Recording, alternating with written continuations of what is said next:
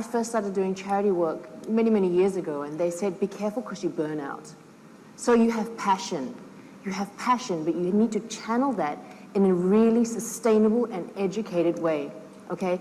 And so you need to find those causes, whether it be education, which is so closely linked to climate change and poverty and all of those things, educating girls, you know, helping to make sure that everyone in your school is educated and your friends stay in school, and, you know, these are important things, right? And you need to know that, and I'm sure you do know, that we are coming from a place in history where there have been so many warnings about what's happening in the world that have been ignored. Now, the upside is you are now part of great change.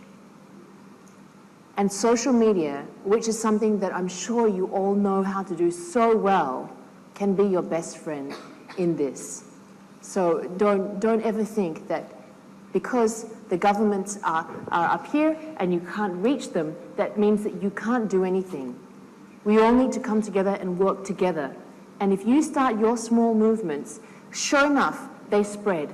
When your friend is happy, when you're happy, your friend will become happy.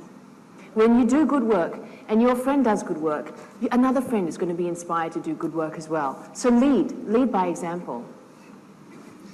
What we've got right here, that question is absolutely sensational, let me tell you that, because you've got a CEO of a massive company here with 41 years experience, you've got a woman in the middle that knows massive amounts about social media and social networking, and you've got a governmental, ministerial Prime Minister here, which linking those three things together. So I really do think it's a great question. I think Helen can finish this up quite nicely.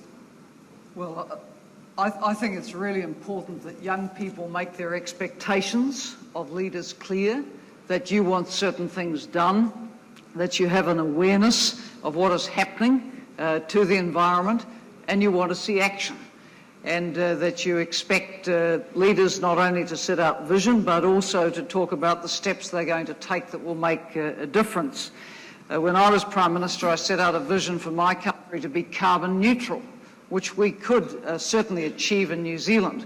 We set out an expectation that by, I think, the year 2025, we could be generating 90% of our energy from renewable sources. In fact, in a good year with plenty of rain, it could be easily 100%.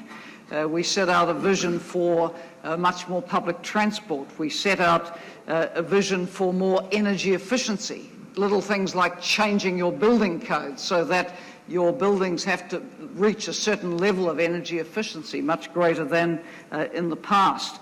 So there's many, many specific things that governments in their power as passing laws, implementing laws, enforcing laws, having a vision can do. But often it's lonely being in government leading on these issues. And if people want governments to show inspiration and vision and leadership, it's always nice to have reinforcement coming and for people to, at the grassroots, among students, to be pushing the envelope, lifting your expectations of what your government can and should be doing in this area. I think it's very powerful, and I totally endorse what the others have said about the power of social media to really spread ideas, progressive ideas in these areas. Absolutely fantastic. I mean, that encapsulates, those three comments encapsulates so much about why we're here, and I have to just reiterate on that point of that social networking. You guys are at this pivotal point in history where you can use this form of communication that we never had.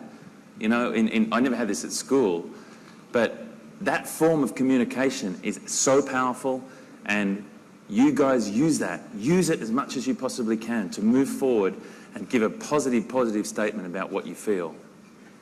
Sue. Hello, everybody. Introduce myself.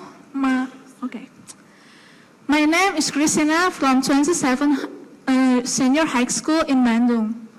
And please give me a chance. Hello, Mr. Turner. I'm a big fan. I see your programs in National Geographic Channel, and you are inspiring me. Thank you. You're another follower. Now there. that makes my job, I've done it. That's my job. To have that young woman stand there and say that to me, that's my job done. I'm out of here. Please That no. is just beautiful stuff. That's why I do what I do. And yes, I might look like I've got a bit of chili in my eye at the moment, but it's not. That sort of stuff inspires me to move forward and carry on. So thank you, mate. That's really, really cool. Thank you so much. Thank you. My concept, global thing, but local act. And because of that, I have question. So many of alternative power to replace the fossil fuels, like hybrid tech, biotechnology, and organic technology. But that technology cannot to reach for some people, society, because of the price is so expensive. And especially in Indonesia. And my question is, there's some cheap technology to enhance people characteristic in Indonesia because it is cheap and can reach for all people lining, but don't publication well. Why? And last question from me, why we use air conditioner? Why? Okay, so just... So alternative biofuels are not well publicised. The ones that are cheap enough for us to use are not well publicised. Why not? That's a great question for Helen. Well, she's doing this. I think one of the big issues in moving beyond an oil-based economy is getting the price of the renewable technologies down, and that applies in the extent to which countries can implement wind technologies, solar energy technologies, geothermal technologies, tidal technologies. One of the big issues in the climate change negotiations is about the level of support which developed countries will give to developing countries to actually acquire technologies which will make a greener way of generating energy more acceptable. So you can be assured that a government like the one of Indonesia is very much at the forefront of advocating for support for the technologies which will make a green economy, greener society possible in the future. Sue, thank you very much. All right. Good afternoon. My name is Yuta, and I come from Bandung. I've been following this environment issue since 2008. I got my wake-up call on 2008. And I walk from school to home. It's about 900 until 900 meters.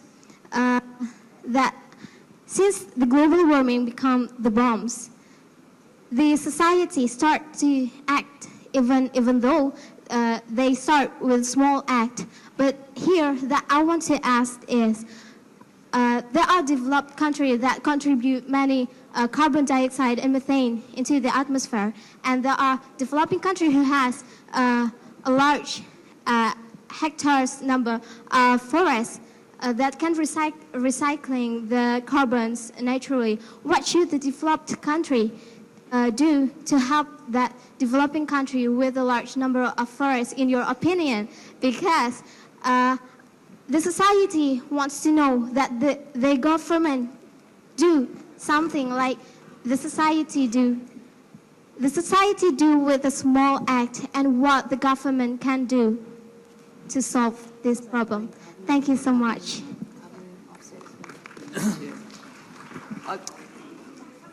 I think you raised the issue of how countries can be supported to keep their great forests. And that's one of the reasons I've come to Indonesia at this particular time, because Indonesia is being supported by Norway and some other countries to retain its great forests. Now, bear in mind that the old model of development, which the world has followed, usually saw clearing forest for other uses of land as being the right thing to do. So Europe, for example, was once covered with forest. Not anymore. Forest was cleared for agriculture and other uses.